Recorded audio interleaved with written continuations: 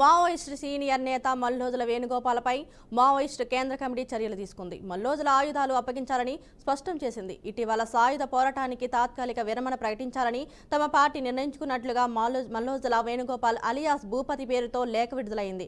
ఈ విషయంపై తాజాగా కేంద్ర కమిటీ చర్యలు తీసుకుంది. మల్లోజుల వేణుగోపాల్ను ద్రోహిగా పేర్కొంటూ ఆయన వద్ద ఉన్న ఆయుధాలను వెంటనే పార్టీకి అప్పగించాలని కేంద్ర కమిటీ ఆదేశించింది.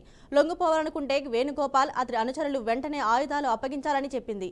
లేదంటే వాటిని పీపుల్స్ గొరిల్లా ఆర్మీ స్వాధీనం చేసుకుంటుందని హెచ్చరించింది. ఆయుధాలు వదిలేసేందుకు సిద్ధంగా ఉన్నామంటూ కేంద్ర కమిటీ అధికార ప్రతినిధి హోదాలో అభయ్ పేరుతో మల్లోజుల వేణుగోపాల్ విడుదల చేసిన లేఖను ఖండించింది.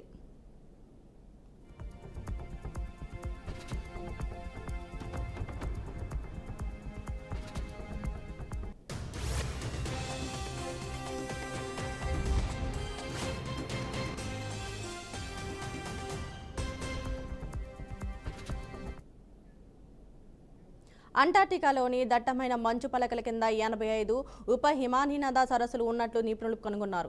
దీంతో ఈ ప్రాంతంలో ఉన్న మొత్తం క్రియాశీలక సరస్సుల సంఖ్య 231కి చేరుకుంది. ఈ విషయాన్ని నేచర్ కమ్యూనికేషన్ తన జర్నల్లో ప్రచురించింది.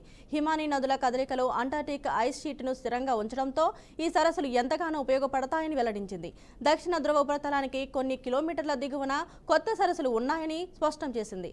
5 సరస్సులు ఒకదానితో మరొకటి ఎలా కలిసి ఉన్నాయన్న అంశంతో పాటు కొత్త నీటి ప్రవాహ మార్గాలను ఈ పరిశోధనలో కనుగొన్నట్లు నేచర్ కమ్యూనికేషన్ అధికారులు తెలిపారు.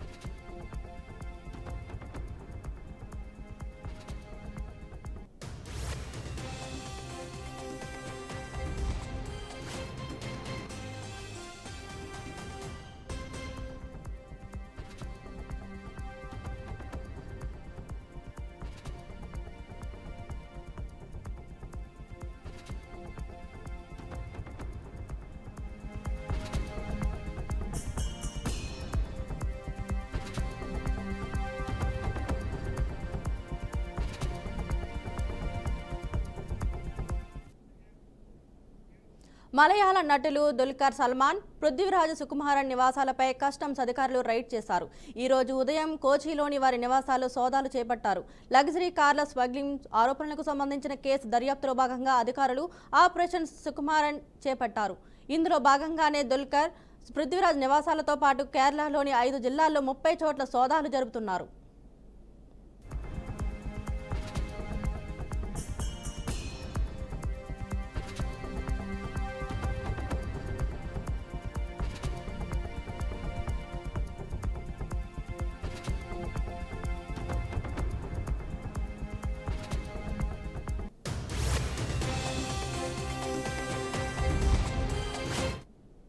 ఓ ఆన్లైన్ మ్యాగజైన్ కథనం ప్రకారం లగ్జరీ కార్లను భూటాన్ నుంచి అక్రమంగా తెప్పించుకుంటున్నారని దుల్కర్, పృథ్వీరాజ్లపై ఆరోపణలు వినిపిస్తున్నాయి. దీంతో పాటు భూటాన్ ఆర్మీకి చెందిన ఐహెండ్ వాహనాలను కొనుగోలు చేసి అక్రమంగా రీసేల్ చేసే గ్యాంగ్ నుంచి నటులు వాహనాలను కొనుగోలు చేసినట్లు అధికారులు ఆరోపిస్తున్నారు.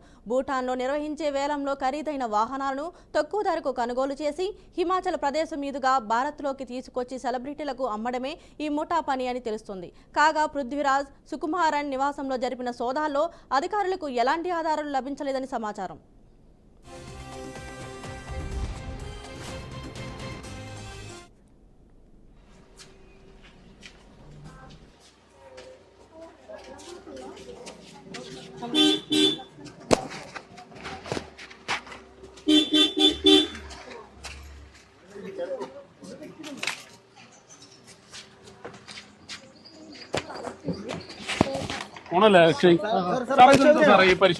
നമുക്ക് അറിയത്തില്ല, നമ്മളിപ്പോ വന്നേ ഉള്ളൂ. അതല്ല, ഇപ്പൊ നിങ്ങൾക്ക് വല്ല നിർദ്ദേശം വല്ലതും കിട്ടി ഇവിടെ പരിശോധന വല്ലതും വേണമെന്ന്? നമുക്ക് അറിയത്തില്ല.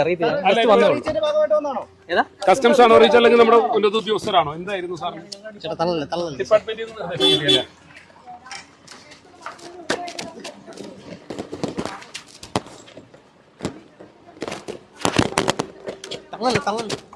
ഈ വാഹനങ്ങൾ ഉണ്ടെങ്കിൽ പിടിച്ചെടുക്കുമോ? അഥവാ ഇവിടെ വാഹനം നമുക്ക്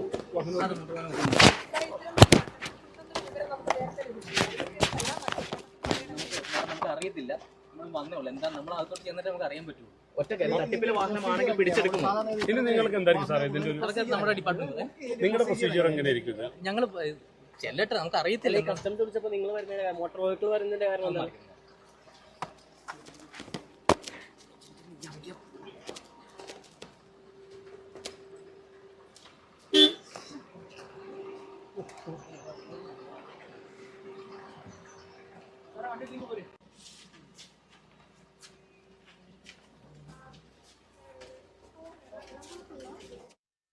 తెలంగాణ మంత్రి పొన్నం ప్రభాకర్ జీఎస్టీ విషయంలో కేంద్ర ప్రభుత్వం బీజేపీ పార్టీ వైఖరిపై తీవ్ర విమర్శలు చేశారు. జీఎస్టీని ప్రవేశించినప్పుడే కాంగ్రెస్ నాయకులు రాహుల్ గాంధీ దానిని గబ్బర్ సింగ్ ట్యాక్స్గా అభివర్ణించారని, ఇది దేశ ప్రజలకు దోచుకునే ఆయుధంగా మారిందని ప్రభాకర్ అన్నారు. 6 నెలల్లో పేద ప్రజల నుంచి అంత మొత్తాన్ని దోచుకునేటప్పటికీ ప్రభాకర్ ఆరోపించారు. ఇన్ని రోజులు ప్రజల రక్తం పీల్చుకొని ఇప్పుడు పన్నులు తగ్గించి సంబరాలు చేసుకోవడం మూర్ఖత్వమని ఆయన అన్నారు. జీఎస్టీ తగ్గిందని ప్రభుత్వం ప్రచారం చేస్తున్న నిత్యావసర వస్తువులు ధరలు ఏమైనా తగ్గాయని ప్రశ్నించారు. ఈ పన్ను పెంచింది ఎవరు, తగ్గించింది ఎవరు అని అన్నారు. ఇక ప్రజలను మోసం చేస్తున్నారని ఆయన ఆగ్రహం వ్యక్తం చేశారు. నిన్న మా నాయకుడు జయరాం రమేష్ గారు ఢిల్లీలో చెప్పినట్టుగా దేశ ప్రజల నుంచి 8 సంవత్సరాలు అందినంత దోచుకొని జీఎస్టీ పేరున నామకరణం చేసి దాని పేరు మీద దేశంలో ఏ ఒక్క కొత్త ఇన్ఫ్రాస్ట్రక్చర్ జీఎస్టీ ట్యాక్స్ ద్వారా ఈ యొక్క ఆర్థిక పరమైనటువంటి అంశాల లాభం ద్వారా పేద ప్రజల నుంచి వచ్చినటువంటి పన్నుల రూపం నుండి ఈ నిర్మాణాత్మకమైన పని చేసినామని చెప్పుకునేటువంటి పరిస్థితిలో లేని సందర్భంలో అంతర్జాతీయంగా జరుగుతున్నటువంటి పరిస్థితులను దృష్టిలో పెట్టుకొని మార్కెట్ యొక్క నైతిక విధానంలో మార్కెటింగ్ అంతా పడిపోతున్నటువంటి సందర్భంలో తప్పనిసరి పరిస్థితుల్లో ఆర్థిక విశ్లేషకుల యొక్క సలహా మేరకు ఇలా మరొకసారి ఆర్థిక సంక్షోభం వచ్చేటువంటి పరిస్థితి నుంచి తప్పించుకోవడానికి తీసుకున్న నిర్ణయాన్ని పేద ప్రజల సంక్షేమం